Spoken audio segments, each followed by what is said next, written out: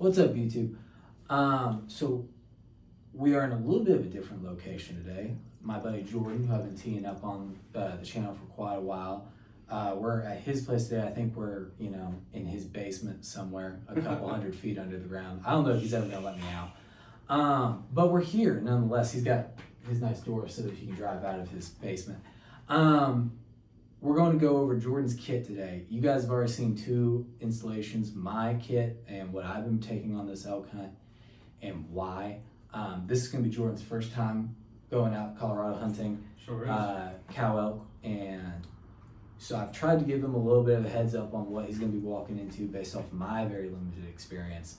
And this is kind of the kit that he's planning on taking. It's super hot today, middle of July.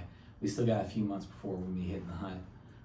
But it's good to be shaking these things out now so that we can work out the bugs. You can practice what you have and fix anything that might come up as an issue. So I'm going to hand things off to Jordan here. And Jordan, just tell us, why don't you start with your rifle and tell us kind of what you got going on here, why you picked it, and what's the deal? Absolutely. As Payne said, my name is Jordan. I've been hunting for quite a while.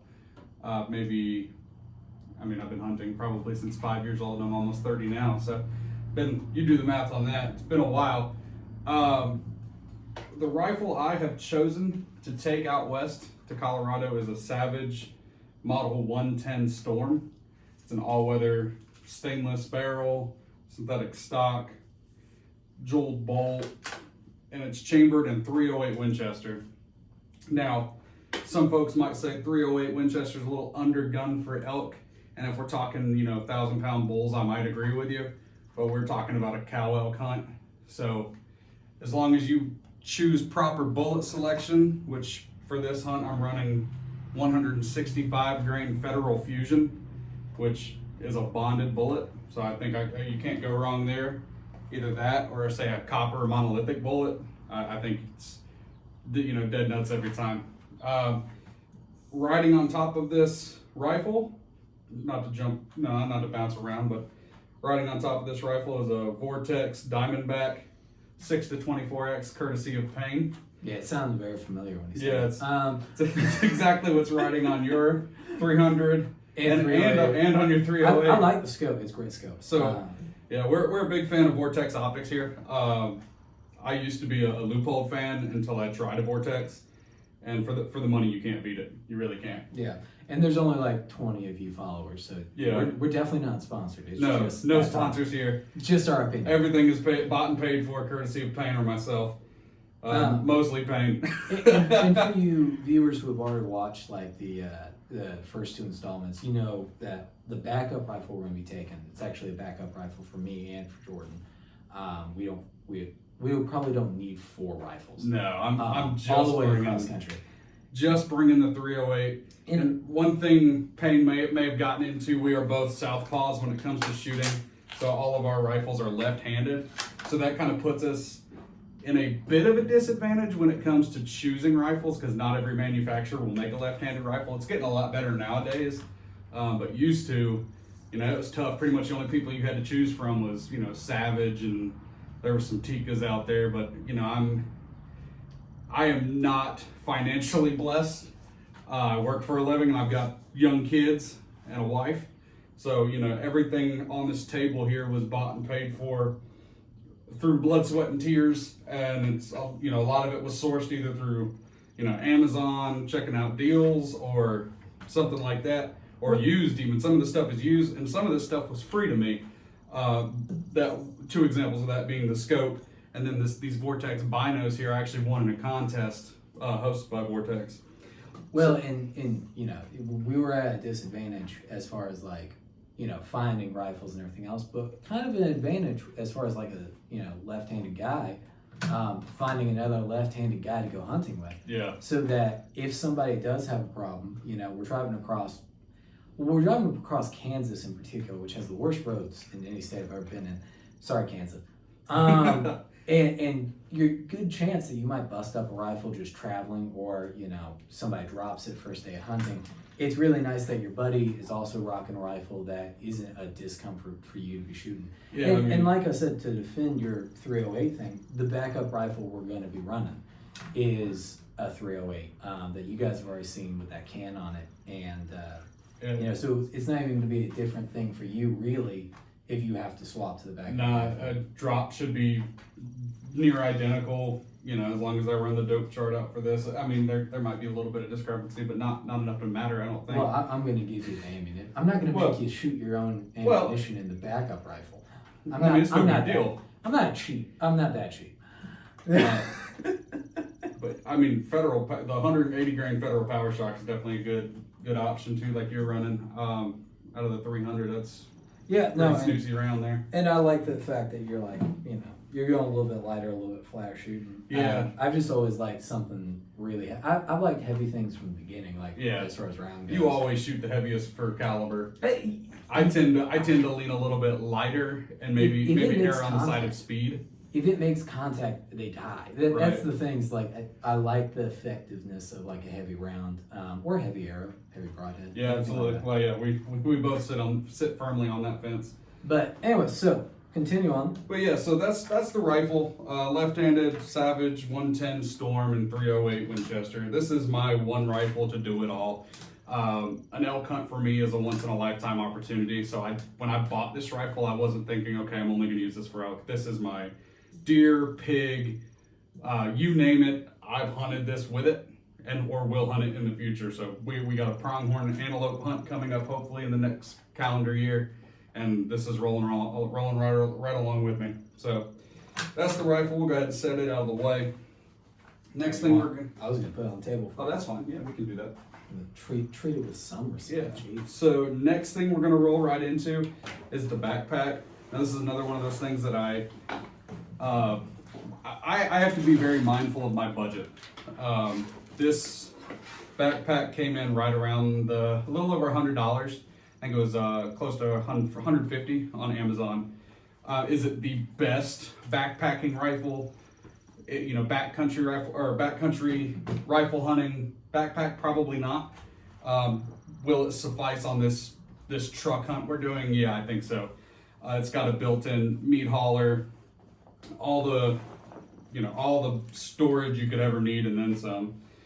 And it's got a hard internal frame to help carry that load. So I don't think I will be. You didn't go all the way. You didn't go all the way to metal frame though, did you? No. See, actually, I'll show you what kind of frame we're rocking here. So first.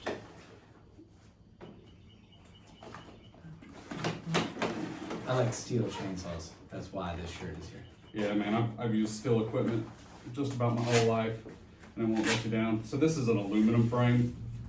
I think they call it an aluminum H frame. Oh, I kind of like that. It's removable, so this is the built-in meat hauler section. So obviously it's going to get pretty bloody and great, and chunks of good stuff. Oh, eventually it will. That's like ideal situation. So yeah, you've got that, which is nice. And I dig. It's just a vented meat hauler. It's nothing super sturdy or special, and you're not going to put a whole elk in here at all. But a shoulder, sure. Well, and to be very clear, like the hunt we're doing now is not the September archery hunt, backcountry hiking 10 to 20 miles a day and packing out that elk. What we're looking at is a little bit more of a glassing and then kind of gunning it to whichever area we think the elk are going to be moving to, and then we go in on foot. So we're going to only be getting in there a couple miles, but getting in there a couple miles leaves open a huge opportunity for an elk to go down some hellscape gully. Right. And you're not getting a truck down there. And that's the main difference. Is I was lucky last time I told you this. My first elk hunt out here, we went to the same place. I shot an elk and shot it on the side of the mountain, and we were able to almost kind of like bobsled team it down the hill and load it into the truck hole. It doesn't always work out that way. Sometimes you knock them down in the field, sometimes you knock them down the hill, but sometimes they're down somewhere just real hard to get to, or they run somewhere real hard to get to, and you're gonna have to backpack them up off that mountain or whatever. And in that instance, it's important that everybody has a backpack that can do it. Absolutely. Yeah, I mean, for the most part, it's going to sit in the back of the truck and nobody's going to touch it unless something happens, in which case it's really great that you have it set up for this. and the good thing about the crew we're going with is when somebody kills an elk, it's all hands on deck. Yeah. So you get just a gang of guys in there with their equipment, and You can get everybody away with grabs this a quarter because and you're goes. doing one trip. It's going to be 6 guys, and you're going to do one good trip. And so, really, what you're looking for is just the backpack that isn't going to kill you as you carry 80 plus pounds off that mountain. All right, so you got some more stuff here. You have a lot more little items than I did. Yeah, so I'm gonna move right into our next section, and it wouldn't be me if I didn't talk about safety. That's kind of I did it. It's kind of what pays the bills around this house. So what I've got is an emergency blanket, some hot hands for sure. Because I'm not getting under the emergency blanket. I choose to die. Hey man, when you're shivering, we'll see who's spooning. And then I've got a very small first aid kit. This comes with me on every hunt. It's basically just got Band-Aids, steri strips, just simple stuff. You fall and hurt your ankle, you got an ace bandage in there, just little stuff that can help you in a pinch. Lighters, fire starter. You guys notice how I had a tourniquet? So if Jordan gets shot, he gets to live. But if I get shot, I guess I'm just screwed. Yeah, no, my tourniquet is actually sitting on a different kit right now. I'm definitely bringing it along. That stays in the trunk year round. That's good. So moving to our next subject is some shooting sticks. Now I've got a bipod on my rifle, so that's definitely that's definitely my first go-to would be try to take a prone shot, but prone's nice. Prone is definitely fallen trees. Those are also great. Yes, prone is my favorite shooting position for any sort of precision long range, but sometimes just depending on what coverage, the lay of the land, you don't get that opportunity. So collapsible shooting sticks has been something I've ran for maybe the last 2 deer seasons here in North Carolina, and I've actually learned to use them pretty well. And this is just a Primo's cheap stick off of Amazon again, and I've used this to pretty good success hunting deer. You can sit in a chair and just drop it out like that, or you can adjust We have no chairs on. You can adjust your no sitting down. Yeah, just depending on what the lay of the land is, you can adjust your height all the way down, or if you have to, you can pop out the bottom legs and you can go even a little lower. Yeah.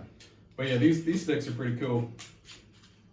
Definitely inexpensive. They are loud putting them together, but once they are together, they really make very little noise, which is pretty cool. Canteen, gotta have water with you. No matter what time of year you're going. If you're going out, bring water with you. Camouflage poncho has never been out of the bag, hasn't had to yet, so hopefully we continue that trend. Boar snake. Now, I don't know how many of you guys are backcountry hunters, but if you have not brought a boar snake along, you ought to. They're very cheap. I bought this one for $10.60, and that can make or break your hunt. If you fall in the mud and your boar gets in the mud and you've got nothing to get it out with, your hunt's over. Ice. Your hunt is over.